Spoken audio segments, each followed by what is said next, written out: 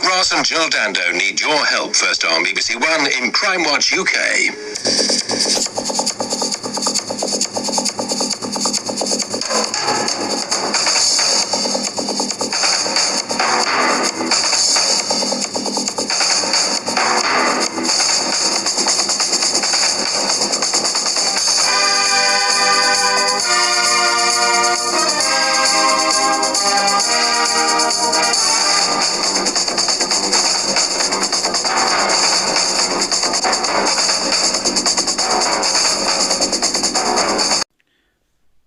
Hi all, Loz D, Punch Out TV. How you all doing out there? Well, it's that time of month again. Can't believe it's gone so quick since I last did the last one. Welcome to another episode of Crime Watch UK for the bogus crimes being committed in boxing over the last month. So let's get straight into it. In at number 6, I wasn't going to put him in, but because I thought he's been a bit of a hypocrite, it's none other than Sweet Like Chocolate, the main man himself, if it ain't Toblerone Tone, Tony Bellew, in at number 6. Tony Bellew's in at number 6 this week for making a statement about Jarrell Miller being a dirty Peds cheat and how the hell has he got on this card on the 23rd of December out there in Saudi Arabia, which I totally agree with him. But one thing I didn't like what I saw was the fact that Tony's been he's made several statements over the last few years, especially since Billy Joe Saunders popped dirty back in, I think it was 2018. He says all ped cheats should be riddled of the sport, which I, like I say, totally agree with him.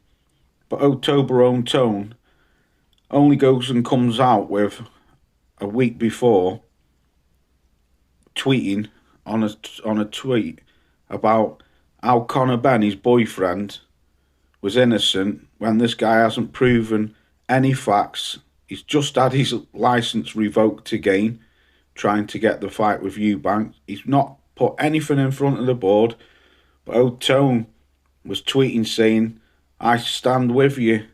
When everyone was calling you a cheat, it was only me who was sticking with you.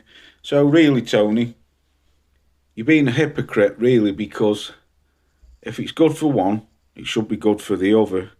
But because Conor Benn's a matchroom fighter, you're not going to say anything bad about Conor Benn, are you? Just in case your landlord puts you out on your arse and makes you go and collect that P45 from the job centre, you'll be out of work with Fast Eddie. So Toblerone Tone is in at number 6. In at number 5, don't ask me how this guy's managed to wobble his way into it, but if he ain't the Blancmange himself, aka Big Pharmacy Miller, or Big Belly Miller, I call him Big Dusty Miller. Big Fat Dusty Miller in at number 5. Somehow, this guy's a ped cheat, convicted ped cheat twice, served his ban, but he's back in the mix. He's fighting Daniel Dubois. And if I must admit, I am quite looking forward to this fight because I want to see what Daniel Dubois can do towards Miller, or what Miller can do towards him. But the Blancmange has wobbled his way in onto this fight card out in Saudi on the 23rd of December. And really, he shouldn't be there at all because he's just a mess. I watched his last fight against Lucas Browne, and he's got a body like a knick-knack. Well, a pair of them have. They got bodies like Knick-Knack Chris. But a.k.a. Grossberger, it looked like two slugs having a fight, having a wrestle, slithering over each other. It was disgusting. Nobody wants to see this fat turd in the ring. But like I say, I suppose I'm contradicting myself. I am quite looking forward to this fight with him and Daniel Dubois. But Ode Grossberger's somehow, like I say, he's pulled a few strings and he's managed to get on the card.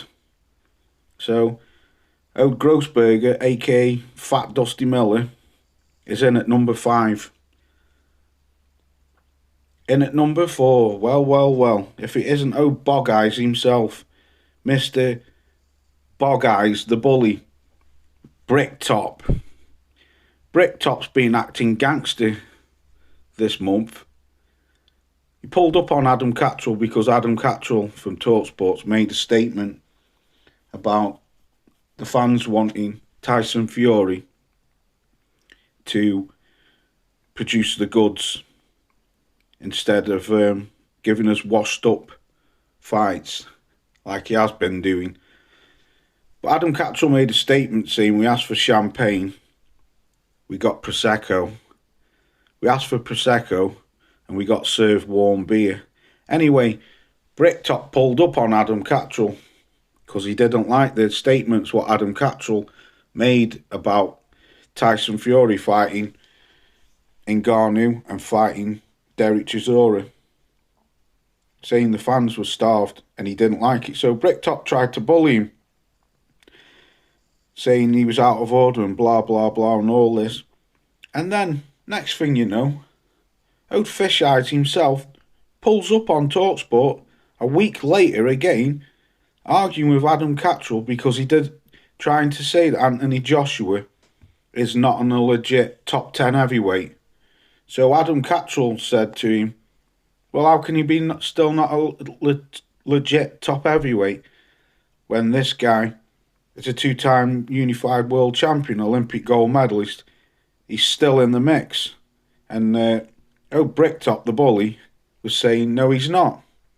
So Bricktop's been crying because Adam Catterall has made a few statements what he doesn't like.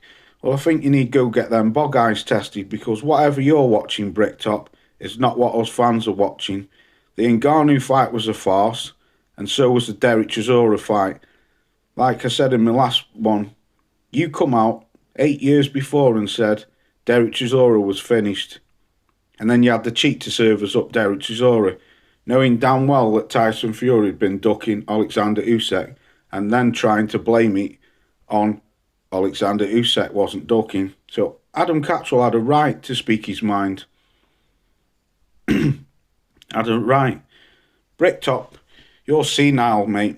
You're getting senile in your old age, and you definitely need to go get them bog eyes tested. So Bricktop, do us all a favour and bog off and go and sit your arse down somewhere because you're an absolute turnip. You're an absolute clown. Can't stand you. Quicker you're out of boxing, the better. So we got in at number 3.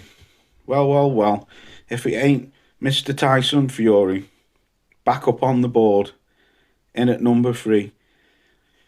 After ducking Alexander Usyk for over a year, telling us lies that he was fighting him, then he's not fighting him, moving the goalposts, etc, etc, etc.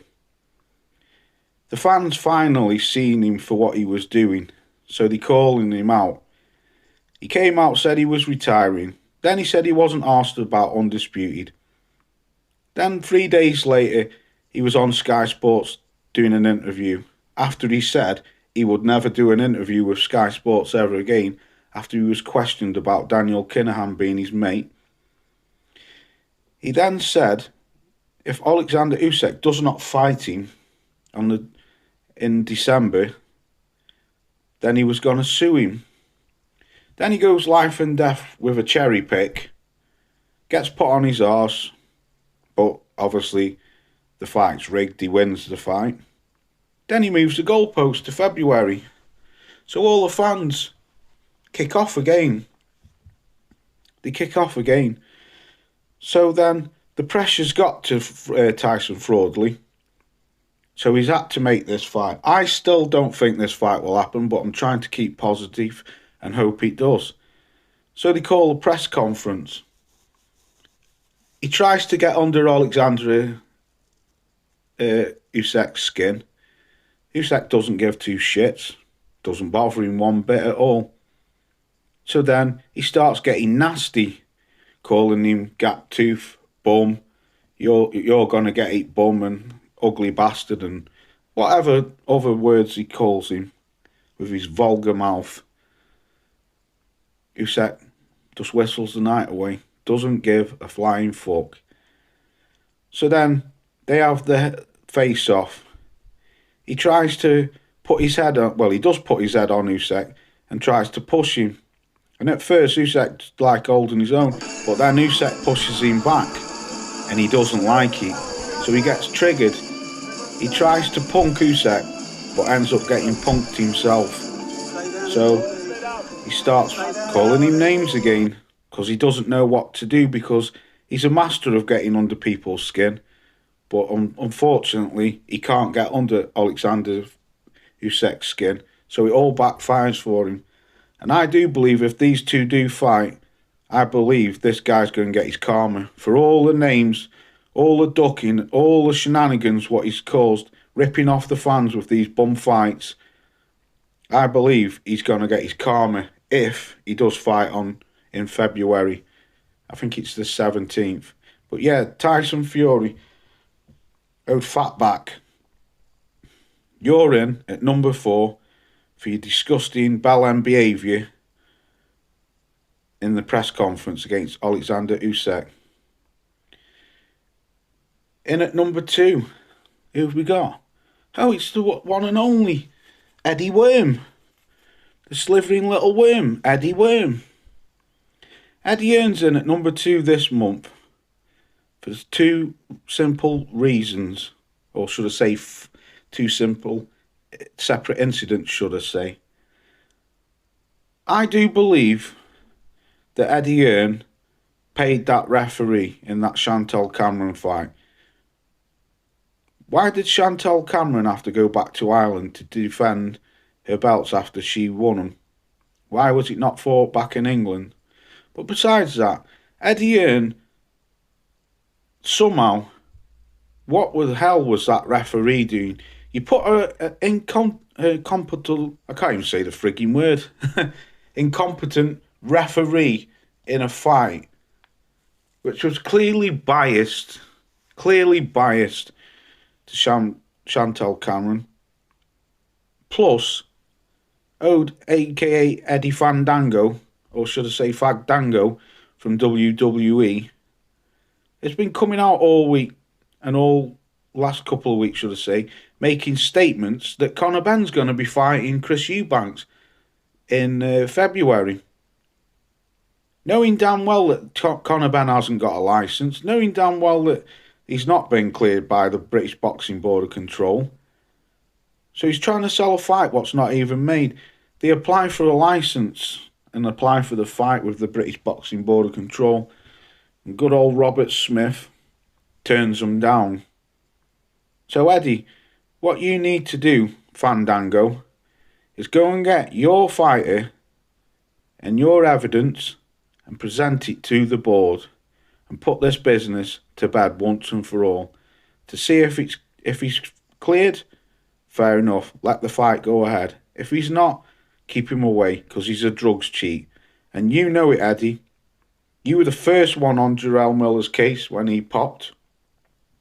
But now all of a sudden, all these fighters are coming out of your stable and they're all popping. Alicia Baumgardner, Debol Dillian White, Robert Alanius, even though he wasn't fighting out of your camp, but he was fighting under your venue. And then it turns out the Mexican kid who Conor Henn couldn't knock the skin off rice pudding, struggled with after he'd had no juice. It turns out he pops dirty, but that's nothing to do with you, Eddie. Or is he? Wink, wink. So Eddie Fandango from the WWE, stop being a slimy bastard, Eddie Hearn. Not that you'll ever stop being a slimy bastard, because that's what you are. That's what you are. Do us all a favour, Eddie, and clean your act up. Clean it fucking up, because it's disgusting. You and Bricktop want riddling out of the sport of boxing. And last but not least, for the crimes in boxing, none other than Katie Hugger-Taylor. Huggies Taylor. I do believe she's got two sponsors, one from Hug Boots, or is it Ugg Boots, but I call it Hug Boots, and she's got another one from Huggies Nappies. For the excessive holding, I've never seen, the only other person I've seen stinking the place out like that with holding is Lawrence Okolie. That's the only other fighter I've ever seen holding like that. I've never seen holding like that in a fight in my life. Now, this girl, I'm not taking away her victory from her. What I'm saying is, I made a video and got jumped on by a load of people for voicing my opinion. Well, this is my channel and I'll say what I fucking want to. If you don't like it, lump it, go elsewhere. I'll play a clip from an interview from Chantelle Cameron talking about Katie Taylor using a headbutt. I'll put it in between the video and we'll come back to it. He comes in with the head a lot, and I was there, so I was letting her catch me with the head a lot. We've got to make sure I don't let it happen this time, because obviously I'm coming out marked up again with lumps all over my head from headbutts. Says she has to be busy. There you go. I also had some guy tell me that I was pathetic and that I had no proof, no video proof of Katie Taylor headbutting in that fight. So I'll put that clip in and I'll show you that as well. But Katie Taylor's up here this week for the excessive holding and the excessive headbutting in that fight. Now, I've watched that fight 3 times now, and I stick by everything what I said Sunday afternoon when I made the video. She's a dirty fighter. I'm sorry if you don't like it, tough.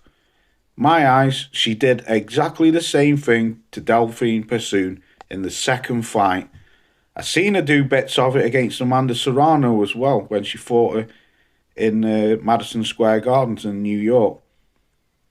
So Chantelle Cameron's already complained in an interview about the excessive headbutts she uses her head. But I get told I'm a loser and I'm pathetic and I'm don't clueless. I don't know what I'm on about.